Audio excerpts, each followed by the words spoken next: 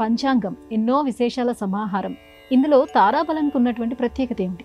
తిథి, వారం, నక్షత్రం, యోగం, కరణం 5 సమాహారమే పంచాంగం అయితే ఇందులో నక్షత్రం ప్రత్యేకం. తారాబలం నక్షత్రాన్ని అనుసరించి మనం పాటించవలసిన ఒక నియమం. తారాబలం చంద్రబలం తదేవా.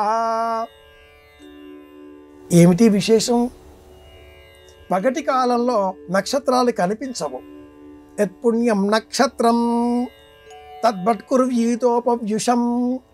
మధ్యాహ్న సమయంలో నక్షత్రాలు కనిపించవు కదా, అయినా కూడా నక్షత్రాల ప్రభావం ఉంటుంది. ఆ ప్రభావం తెలుసుకొని నక్షత్రాల కదలికలను లెక్కపెట్టి ఆ లెక్కలకు అనుకూలంగా మనకు యోగ్యమైన కాలం ఉన్న రోజున శుభకర్మలు ఆచరించాలి. యోగ్యం లేనటువంటి రోజున ఏ పని చేయకుండా ఆ ఫలితాన్ని గుర్తించి పరిహారమన్నా పాటించాలి. ఆ కార్యక్రమాన్ని, పనిని అన్నా వాయిదా వేయాలి. నక్షత్రాలు 27. 27 నక్షత్రాలను 3గా విభజించినప్పుడు ఒక్కొక్క క్రమంలో 9 నక్షత్రాలు ఏర్పడతాయి. జన్మ నక్షత్రమారభ్య నిత్య నక్షత్రగణ్యతే నవసంఖ్య హరేర్భాగం తారాబలమితి క్రమాత్. జన్మన్యర్కో హిమకరసుత సింహికేయ సురేజ్య. నిఘంటువులు ఇలా చాలా శ్లోకాలు చెబుతాయి. 9 తారలు జన్మ, సంపత్, విపత్, క్షేమ, ప్రత్యుక్, సాధన, నైధనం, మిత్రం, పరమమైత్రం. ఇవి 9 తారలు. ఇందులో జన్మతార ఏ పని చేయకూడదు. జన్మభం దేహ నాశాయ. ఎవరైనా ఉదాహరణగా మూలా నక్షత్రంలో జన్మించారు అనుకుందాం.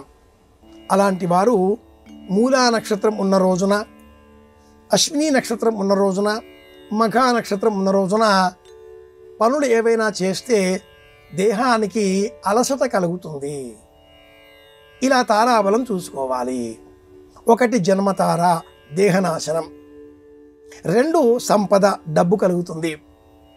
3 విపత్తు, కీడు. అలాగే 4 కార్యసాధనం. 5 నిర్ధనత్వం. ఇలా ఆ తారలలో 1, 3, 5, 7 విడిచిపెట్టాలి అని ప్రమాణం. జన్మభం దేహ నాశాయ సంపత్ సంపదమేవచ.